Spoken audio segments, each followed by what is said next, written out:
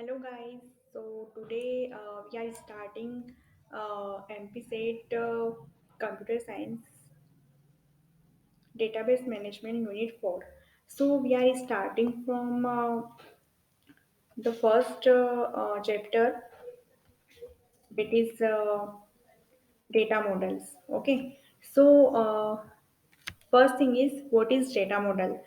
Data model define the logical structure of database. Okay, so it defines the data description, like what type of data is this, and like attribute data types. That attribute will store the data in string or in integer or float or boolean, or which values or which kind of data it will store. Data semantics, like obviously we will store the data as like information. We will not like store the data, bulk data or anything else. So we will like store meaningful information. The next thing is consistency, or consistency constraints. So we all know that in the database already we apply constraints on the tables, on the attributes, and like for example, we want to 10 digit mobile number. So obviously we will make the constraints for only 10 digit we can store, like for date of birth. So 2023, 2023 till 2003, any user can store the data, not 2024, not for 2025. Okay, so whenever any person will be born, so 2003 is the last year. So, data models are many types, and I have told you that many PYQs and they will ask in exam. So, like relational model is most widely used model in data model. Okay, so further we will discuss more points about the data models. Data models help design the database at the conceptual, physical, and logical level. Okay, so firstly, we will study about these levels. Okay, see, so these are the levels. Like it is a view level. This first level, top level is view level. Okay, and the second level is logical level. So it is also called conceptual level. Third level is internal schema. Okay, the last, it is also called physical level, and this is the last is database. So it is our three schema architecture. It is our three schema architecture. So it is also called the levels of data abstraction. Okay, so it is important schema architecture, and we will discuss this, that what is this, and uh, after that we will understand this first point. Okay, so one by one we will discuss this structure, that it is our database obviously. But if we will start from the top layer our view level. Okay, so what is the need of these three schema architecture? That user does not interact with data directly. Okay, so like we can consider in this that this is the database and this is the view level. So user जो होता है वो हमारा ये यहाँ पर है, view level के ऊपर. तो यूजर जो है उसके बीच में टू थ्री लेयर्स है, और फिर हमारा डेटाबेस है. तो यूजर जो है वो डेटाबेस से डायरेक्टली कम्युनिकेट नहीं कर रहा है, बीच में कुछ लेयर्स हैं, और हमारा डेटा जो है वो एब्स्ट्रैक्ट है.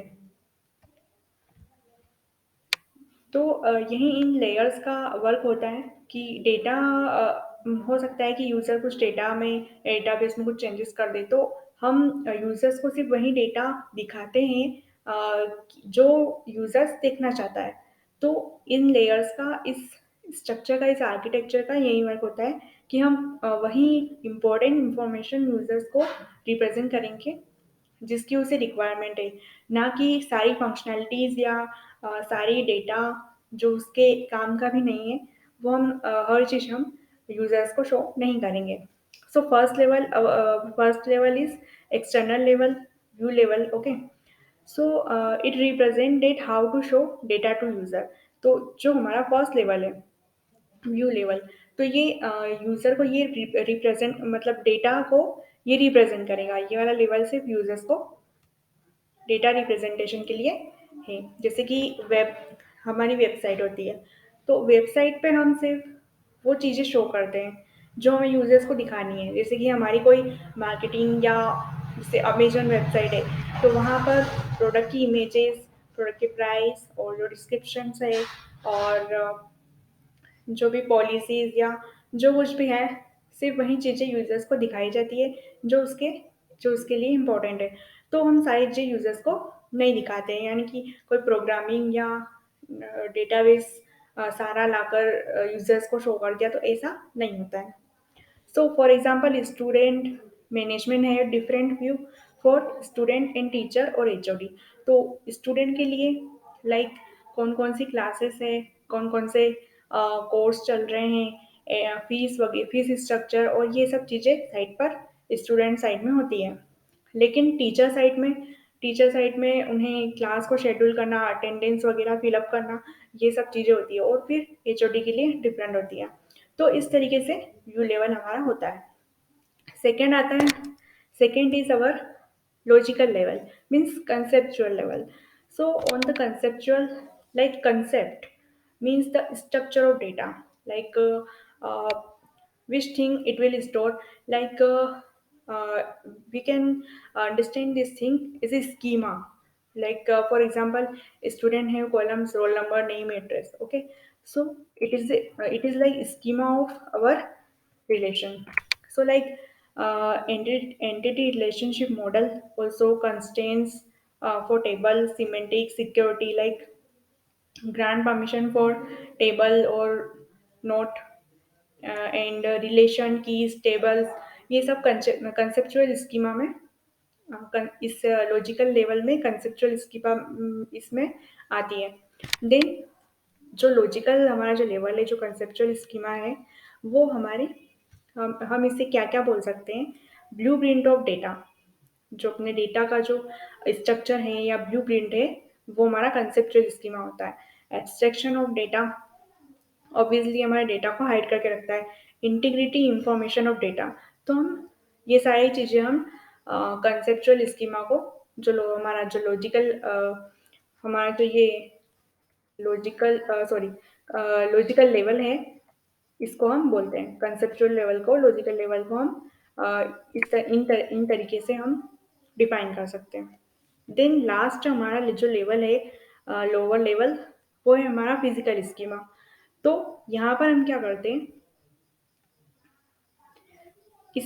इस वाले जो इंटरनल हमारा इंटरनल स्कीमा, इंटरनल लेवल जो है, ये तो हमारा एक्सटर्नल है, ये हमारा इंटरनल लेवल है, ये फिजिकल लेवल है। फिजिकल मीन्स क्या होता है कि जहाँ पे हमें डेटा को स्टोर करके रखना है। तो फिजिकल स्कीमा यानी physical level means store the data. तो यहाँ पे हमें एक्चुअल साइज जो होती है डेटा की वो पता चलती है। अब लोकेशंस जो है वो हमारी सेंट्रलाइज भी हो सकती है, डिस्ट्रीब्यूटेड भी हो सकती है। सेंट्रलाइज कैसे होगी, जैसे एक सर्वर है और उस सर्वर में सारा डेटा स्टोर है। फिर अगर किसी अदर सिस्टम को डेटा की नीड है, तो उस सर्वर से जाके एक्सेस कर लेगा, ओके। देन डिस्ट्रीब्यूटेड में क्या होता है कि सबके पास सारी इंफॉर्मेशन होती है, सबके पास अपने अपने सर्वर होते हैं, और वे एक दूसरे से कम्युनिकेट करते रहते हैं। Data encryption technique also used, okay. So data sharing के लिए डेटा इंक्रिप्शन टेक्निक्स यूज होती है।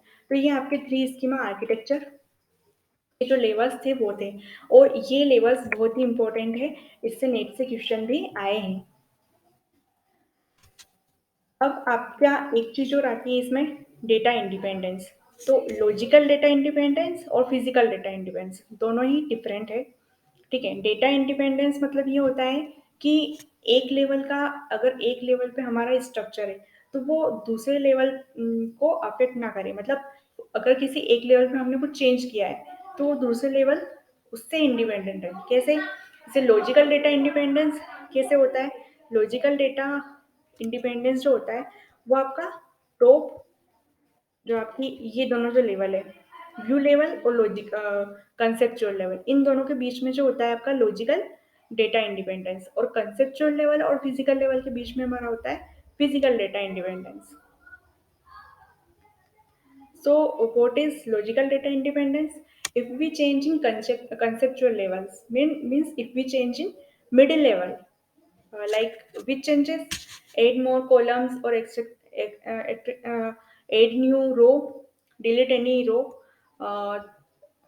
View level not affect, means जो हमारी अपर लेवल टॉप लेयर है उसमें कुछ भी चेंजेस नहीं होना चाहिए जब हम कंसेप्चुअल लेवल में चेंजेस करते हैं। फिजिकल डेटा इंडिपेंडेंस क्या होगा? Like change in physical schema, change in physical schema, like what changes? Change storage structure, index changes, change location, means कि डेटा को स्टोर करने की लोकेशन हमने चेंज कर ली, या स्टोरेज का स्ट्रक्चर हमने चेंज कर लिया, रिलेशन का स्ट्रक्चर नहीं, स्टोरेज का स्ट्रक्चर। तो ये सब चीज़ें हमारी कंसेप्चुअल स्कीमा पर अब इफेक्ट नहीं डालेगी, मीन्स मिडिल लेवल पे इफेक्ट नहीं डालेगी। ठीक है, तो लोअर लेवल मिडिल लेवल को इफेक्ट नहीं करेगा अगर लोअर लेवल में चेंजेस है, और मिडिल लेवल में अगर चेंजेस तो वो टॉप लेवल को इफेक्ट नहीं डालेगा। तो ये हमारे डेटा इंडिपेंडेंस है। अब आते हैं हम डेटा मॉडल्स पर। तो डेटा मॉडल्स में फर्स्ट लाइन ही थी कि a data model help design the database at the conceptual physical and logical level. तो मीन्स जो कौन सी इंफॉर्मेशन यूजर्स को दिखाना है, कैसा लॉजिकल लेवल का स्ट्रक्चर रहेगा, फिजिकल में डेटा कैसे स्टोर होगा, क्या उसकी कैसी साइज रहेगी, तो इन सब जो लेयर हमने अभी डिस्क्राइब किए उसी तरीके से ये डेटाबेस को डिजाइन करता है। तो ये होता है हमारा data models. Data model structure help to define the relational table, primary and foreign keys and storage procedure। तो डेटा मॉडल्स जो है वो टेबल्स को भी डिफाइन करता है, और जो कीज है उनको, स्टोरेज प्रोसीजर ये हम आगे पढ़ेंगे। स्टोरेज प्रोसीजर होती है डेटाबेस में, जो किसी भी लाइक कुछ भी हमने एक्शन परफॉर्म किया, लाइक डिलीट किया, अपडेट किया, तो वो प्रोसीजर, वो फंक्शंस ऑटोमेटिक रन होते हैं, वो होते हैं storage procedure. It provides a clear picture of database and can be used by database developer to create a physical database। तो डेटा मॉडल्स जो होते हैं वो फिजिकल डेटाबेस को क्रिएट करने में भी यूज में आते हैं। ठीक है, it also helpful to identify missing and redundant data. तो ये कंसेप्चुअल स्कीमा की बात हो गई कि कहीं डुप्लीकेट डेटा या कुछ डेटा मिस हो गया है तो उसको भी ये बता देता है। तो डेटा मॉडल्स हमारे कौन कौन से होते हैं? First is hierarchical model. अब इसमें जो मैंने रेड हेडलाइंस किए हुए हैं, ये आप ये कंसिडर कर सकते हैं कि ये कहीं ना कहीं एग्जाम में पूछे गए हैं। तो hierarchical model was the first DBS model. Okay, तो ये हमारा फर्स्ट डेटाबेस मॉडल था। This model organize the data in hierarchical tree structure. ये सबसे इंपॉर्टेंट है कि जो हायरार्किकल मॉडल जो था डेटाबेस का, देखिए फर्स्ट में तो डेटा कैसे स्टोर होता था?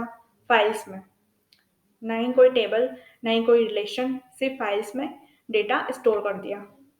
फिर उसके बाद हमारा ये हायरार्किकल मॉडल आया जिसमें डेटा को ट्री स्ट्रक्चर में रिप्रेजेंट किया। ट्री स्ट्रक्चर कैसे होता है कि फर्स्ट हमारा रूट रूट हो गया, देन फिर उसके चाइल्ड हो गए, फिर उसके भी चाइल्ड हो गए, तो इस तरीके से। So the hierarchy start from the root which has root data, and then it expand it from a it form of a tree adding child node to the parent node. Okay, तो ऊपर जो अपना root node है वो parent होगा, फिर उसके child, फिर वो भी पेरेंट बनेंगे, फिर उसके भी चाइल्ड। ठीक है, so this model easily represents some of real world relationship like food recipe, site map of a website. Now we can represent the shoes present on a shopping website. जैसे shoes हैं, ये parent हो गया। अब shoes किसके किसके होंगे, women's के होंगे, मेंस के होंगे। फिर वुमेन्स में भी कैटेगरी हो गई कि हाई हील्स के हैं और ये बेलीज है, ठीक है। मेंस के शूज शूज में भी अदर कैटेगरी हो गई, स्पोर्ट शूज, ठीक है। और ये स्नीकर्स, ये हमारा हायरार्किकल मॉडल है। नेक्स्ट हमारा मॉडल है, ये देखिए, ये यूजीसी नेट में पूछा गया था। In a hierarchical database a hashing function is used to locate the, ठीक है। तो इसका आपका आंसर होगा root. In a hierarchical database a hashing function is used to locate the root. मतलब क्या होता है हायरार्किकल डेटाबेस में, कि हम जैसे हमें कुछ भी डेटा को फाइंड आउट करना होता है, तो हमारा जो हैशिंग फंक्शन होगा वो हमारा यहाँ से स्टार्ट होगा, फिर वो चाइल्ड पे जाएगा, देन नेक्स्ट चाइल्ड, इस तरीके से।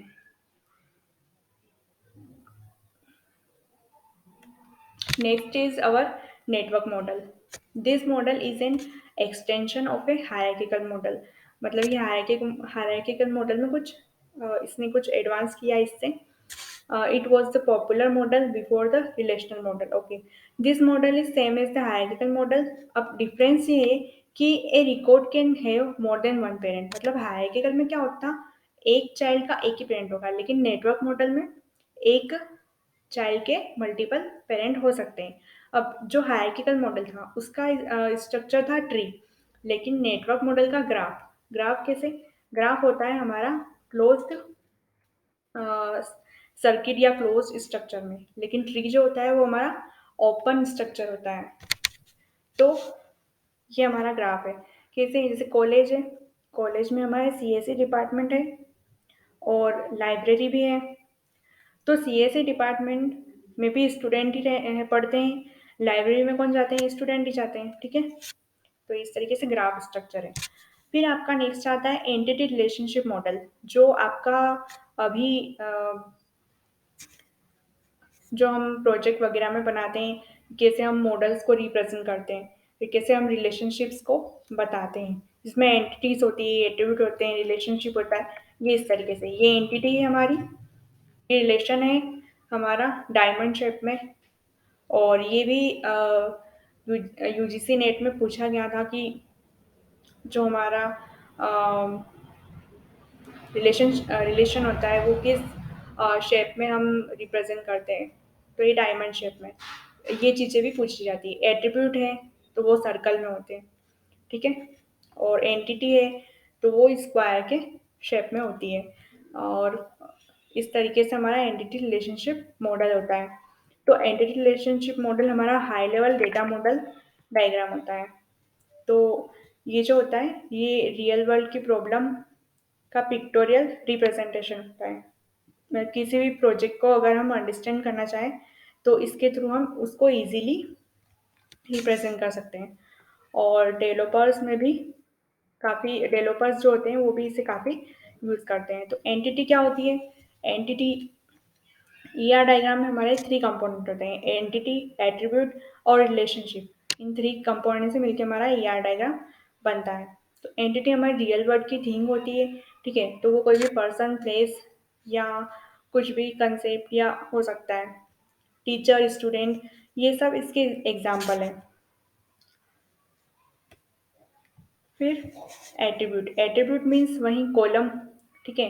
तो रियल वर्ल्ड की जो एंटिटी है उसकी जो प्रॉपर्टीज होती है वो होती है हमारी एट्रीब्यूट। यानी कि हम इसको बोल सकते हैं कि ऐसे कैरेक्टरिस्टिक्स जो होती है एंटिटी की वो हमारे होते हैं एट्रीब्यूट। लाइक स्कूल अगर हमारी एंटिटी है तो फिर लाइक टीचर एंटिटी है तो उसका जो प्रॉपर्टी होगी टीचर की आईडी होगी, सैलरी होगी, एज होगा, एक्सेट्रा। देन रिलेशनशिप, रिलेशनशिप क्या होगा, दो जो हमारे एंटिटीज जो है हमारी, like relationship tells how two attributes are related. Two attributes कैसे रिलेटेड होंगे, टू एट्रीब्यूट्स भी रिलेटेड हो सकते हैं या टू एंटिटीज रिलेटेड है, ये ज़्यादा बेटर होगा, ठीक है। टू एट्रीब्यूट्स कैसे रिलेटेड होंगे कि जैसे एक ये आपकी टीचर की आईडी है और इधर वर्क्स फॉर डिपार्टमेंट, तो मतलब कोई भी जो टीचर है वो किसी एक डिपार्टमेंट में काम कर रहा है। तो इसकी डिपार्टमेंट की आईडी अगर हम यहाँ पर टीचर की एंटिटी में भी रिप्रेजेंट करें, तो डिपार्टमेंट आईडी और इधर भी डिपार्टमेंट आईडी, तो ये वो चीज़ होगी कि ये दो attribute, two attributes are related. Okay, but obviously relationship में हम दो एंटिटीज को रिप्रेजेंट करते हैं। Then relational model, the next model, तो ये होता है हमारा टू डायमेंशनल टेबल के लिए यूज होता है रिलेशनल मॉडल। मतलब टेबल के फॉर्म में, रो और कॉलम के फॉर्म में हम इंफॉर्मेशन को स्टोर करते हैं टेबल के स्ट्रक्चर में, ठीक है। तो फॉर एग्जांपल ये एम्प्लॉय की टेबल है हमारे पास, तो इसमें employee ID, name, job name, salary और ये सब इन्होंने कॉलम बनाए हैं। अब नेक्स्ट मॉडल है हमारा object oriented data model. Object oriented data model में क्या होता है, ये हमारा लाइक इस मॉडल में हमारे थोड़ा सा ये अपना इमेजेस, ऑडियो और वीडियो, इन सब को भी ये स्टोर करता है, जो कि हमारे रिलेशनल मॉडल में पॉसिबल नहीं थे।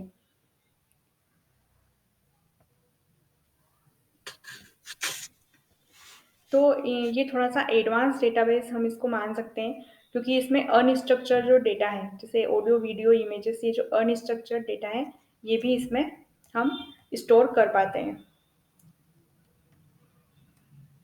तो इसमें क्या होता है, in this model two or more object are connected through link. तो जो ऑब्जेक्ट्स होते हैं वो हमारे इसके लिंक के थ्रू हमारे इसमें कनेक्टेड होते हैं। जैसे ये हमारी ऑब्जेक्ट है, एम्प्लॉय ऑब्जेक्ट है, डिपार्टमेंट ऑब्जेक्ट है, मतलब एंटिटी है एक तरीके से। इसमें ऑब्जेक्ट ओरिएंटेड डेटा मॉडल है, इसलिए एंटिटी को एज ए ऑब्जेक्ट हम रिप्रेजेंट कर रहे हैं। तो एम्प्लॉय और डिपार्टमेंट, तो एम्प्लॉय के कौन कौन से जो भी एट्रीब्यूट है, name, job title, phone number, salary, department ID, और इसके अलावा इसमें कौन से मेथड है, लाइक गेट हायर्ड, एम्प्लॉय को हायर करने के लिए, चेंज नंबर, इसके फ़ोन नंबर या ये चेंज करने के लिए, तो ये मेथड्स है। फिर डिपार्टमेंट में कौन से होंगे, डिपार्टमेंट आईडी और department name attribute. Methods, change department, department change के लिए मेथड्स है। तो इसमें डिपार्टमेंट आईडी जो है वो हमारी, ये जो है हमारी प्राइमरी की डिपार्टमेंट आईडी है। तो एज ए फॉरेन की डिपार्टमेंट आईडी हमने एम्प्लॉय में यूज़ करी है। तो इन दोनों इनको एंटिटीज को, इन दोनों एम्प्लॉय और डिपार्टमेंट दोनों ऑब्जेक्ट को या दोनों एंटिटीज को लिंक से हमने रिप्रेजेंट किया।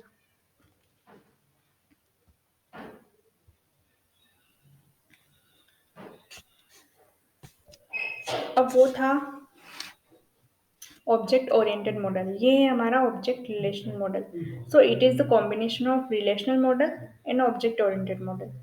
ओके,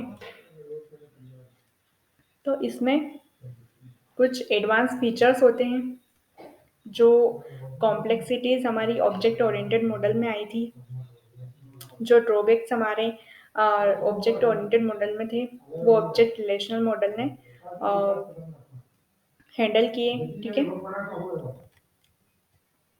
पर इसमें कुछ कॉम्प्लेक्सिटीज आती हैं, तो इस मॉडल्स को हैंडल करना थोड़ा सा डिफिकल्ट होता है। देन हमारा नेक्स्ट आता है flat data model. In this model ये भी टेबल और रो, टेबल में लाइक रो और कॉलम के थ्रू ही हम इसमें डेटा को स्टोर करते हैं। To access any data the computer has to read the entire table, this makes the mode slow and inefficient, ठीक है। तो ये फ्लैट डेटा मॉडल होता है, मीन्स एक सिंपल डेटाबेस मॉडल है, जिसमें कुछ इंडेक्स या ऐसा कुछ नहीं है। जैसे इंडेक्सिंग करते हैं हम, तो वो सब चीज़ें इसमें नहीं है। इसमें बहुत टाइम लगता है डेटा को एक्सेस करने में। तो इस तरीके से ये हमारी डेटा मॉडल्स है। Now if you want to, like if you have any queries और if you have any suggestion, so please comment and tell us guys. And if you want to like learn any other topic or any other subject or any other unit, so please comment for also that. Thank you.